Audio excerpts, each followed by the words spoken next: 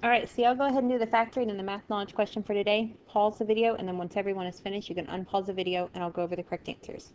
So for the factoring, you should have x minus 6 times x minus 13. For the math knowledge question, we're going to use our area formula for a trapezoid. So it tells us the area is 35, and one base is 8, and the height is 5. So we need to solve for the other base. So if I multiply both sides by 2, that'll get rid of this 1/2. And that'll give me 70. And then I'll have 8 plus b times 5. And so I can distribute to get 40 plus 5b. And then subtract to get 30 equals 5b. And then if you divide by 5, your b would be 6. So C would be your answer. Okay, so we are looking at lesson 34. We're going to be looking at properties of parallelograms. So hopefully you'll understand some properties of parallelograms after this lesson. One property, if you have a quadrilateral that's a parallelogram, then its opposite angles are congruent. So that means that angle D and angle B are congruent, and angle C and angle A are congruent. That is a property of parallelograms. Another property is that your consecutive angles are supplementary. And that's because consecutive angles are like your same side interior angles. And we have parallel lines, so they are supplementary. So this angle and this angle are supplementary. This angle and this angle are supplementary. This angle and this angle are supplementary. And this angle and this angle are supplementary. So that's what property number 2 says. For the next one, if you have a parallelogram, then its opposite sides are congruent. So this side is congruent to that side. These two are congruent, and that's just a property for any parallelogram. And then the last one, the diagonals are always going to bisect each other. So if I draw my diagonal, that means that this piece and this piece are congruent, and this piece and that piece are congruent. So those are 4 properties of all parallelograms. So we're going to find the value of x here. So using our properties, how are these two angles related?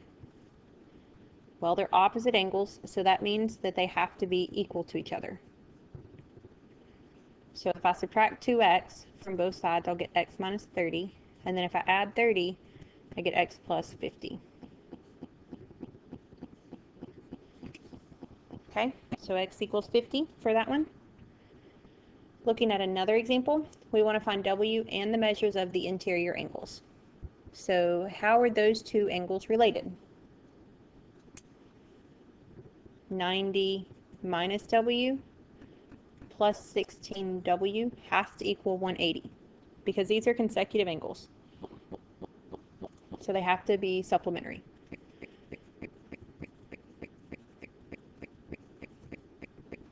So if you combine your like terms, you'll have 15w, and then 15w will equal 90, so w will equal 6.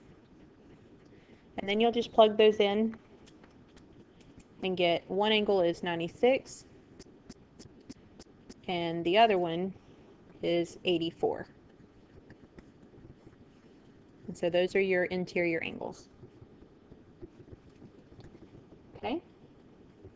Let's look at this one. We want to find the value of t. So these are opposite sides. They have to be congruent from our properties of parallelograms. So if I subtract 3t, I'll get 7t minus 8 equals 2. And then if I add 8, I'll get 10. And then divide by 7, so t would be 10 over 7. Okay? we're going to look at another example. We want to find the value of h and j. So this one puts two properties together. H is dealing with these sides. So that means that they have to be equal to each other because opposite sides are congruent. So 10h minus 1 equals 6h plus 5. And then if you solve that, 4h minus 1 will equal 5.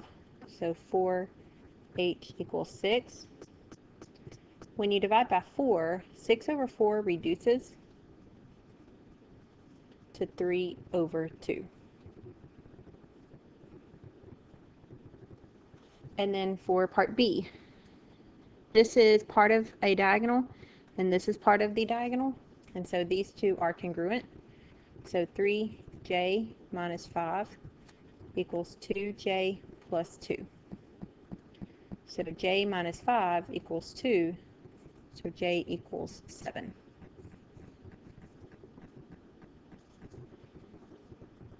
So that would be how you would work through that one.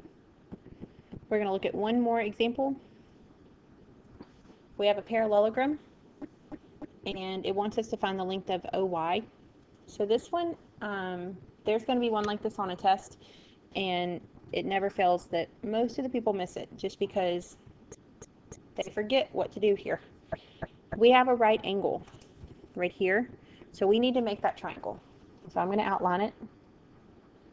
And when we have a right triangle, we want to use Pythagorean theorem.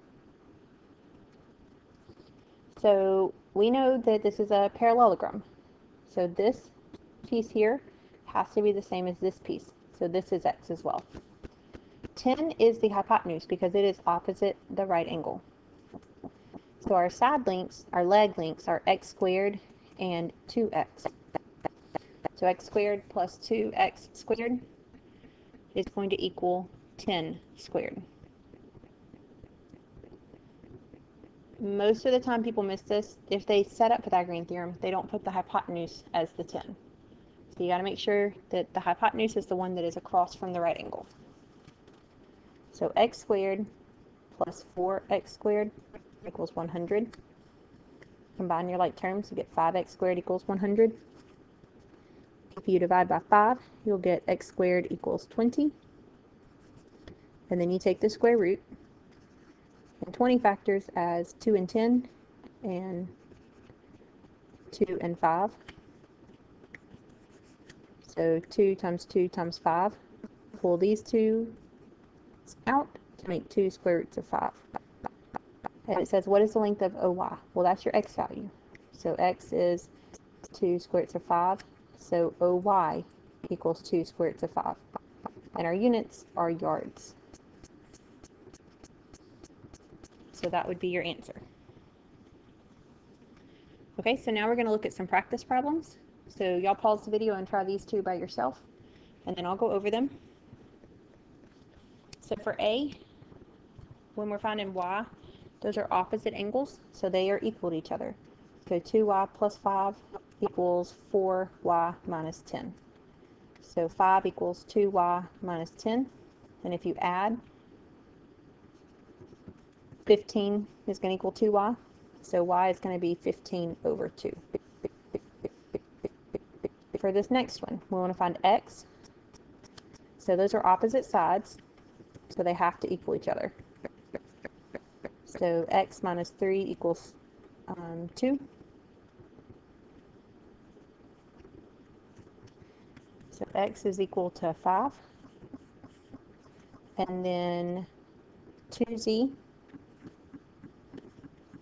plus 4 is equal to 3z minus 2. So 4 equals z minus 2. So z is equal to 6. So hopefully you got both of those right. Let's look at this next one. See if y'all can find the values of x and y. So we know that these two angles are consecutive. So that means that they have to be equal to 180. So if you add them up, you set them equal to 180. So 20x has to equal 180. So x would equal 90. Not 90, just 9. So that would be your x value. For the y's, these angles are also consecutive. So 7y minus 22 plus 12y minus 7 has to equal 180. So 19y minus 29 equals 180. If you add 29 to the other side, you get 209. And if you divide by 19, you get that y equals 11. So that would be your answer for that one. Looking at another practice problem. We want to prove property 4. If it is a parallelogram, then the diagonals bisect each other. And it wants us to use a paragraph proof and draw an example. So y'all pause the video and try this one by yourself, and then I'll go over it. So the first thing that I'm going to do is to draw a diagram that we can refer to. So I'm going to make a little parallelogram over here. And this will be A, B, C, and D. And then where the diagonals bisect will be E. Okay?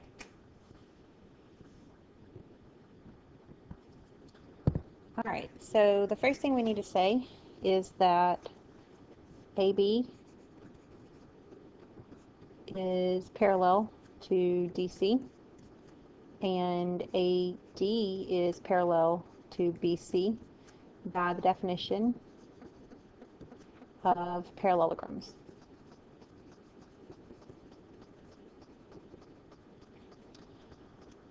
Also, angle EAB is congruent to angle ECD. This angle here is congruent to this angle because of alternate interior angles.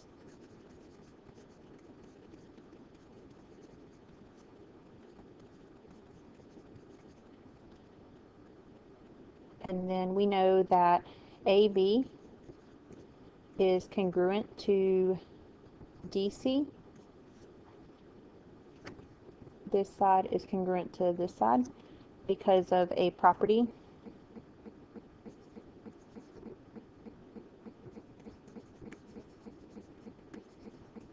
of your parallelograms.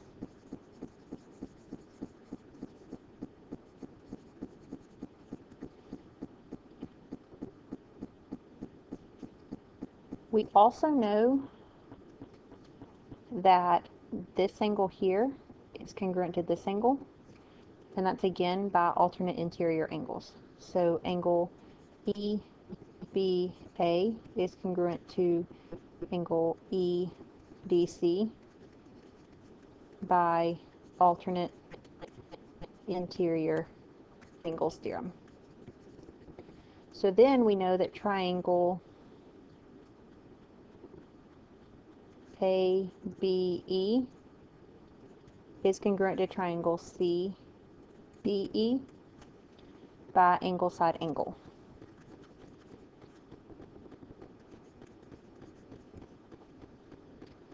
And since those are congruent by CPCTC, that means that side AE has to be congruent to side CE. And BE has to be congruent to DE. Therefore, your diagonals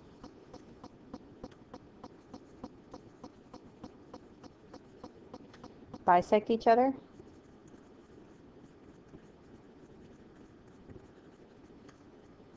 by the definition of segment bisector. So that would be how you could justify using a paragraph proof. Okay? Now we're going to look at one more practice problem. So y'all try this one by yourself, and then I'll go over it. So it gives us the lengths of one diagonal. So 3x needs to equal negative x plus 6.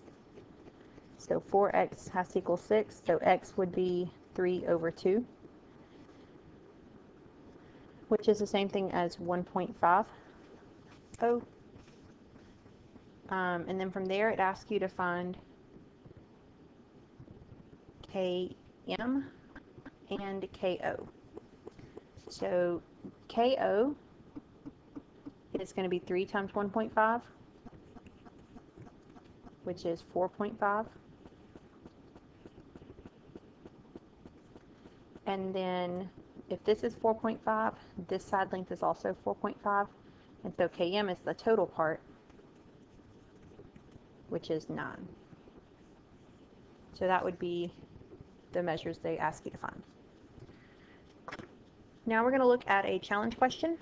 So we want to draw two different parallelograms in which corresponding sides are congruent, but corresponding angles are not congruent. So y'all pause the video and think about that for a minute, and then I'll go over it.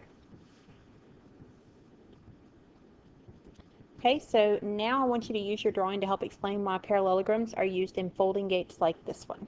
So again, pause the video, think about it, and then I'm going to go over the whole thing in just a second.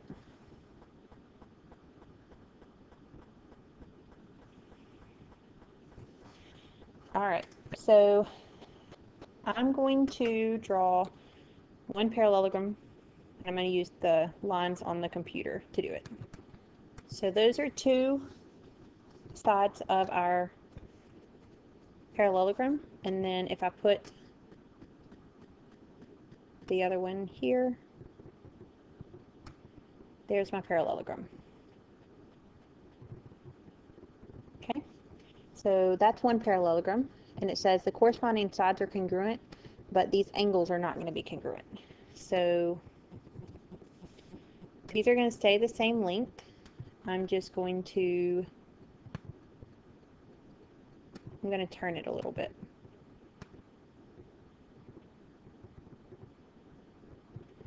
And then this one would get turned the same amount.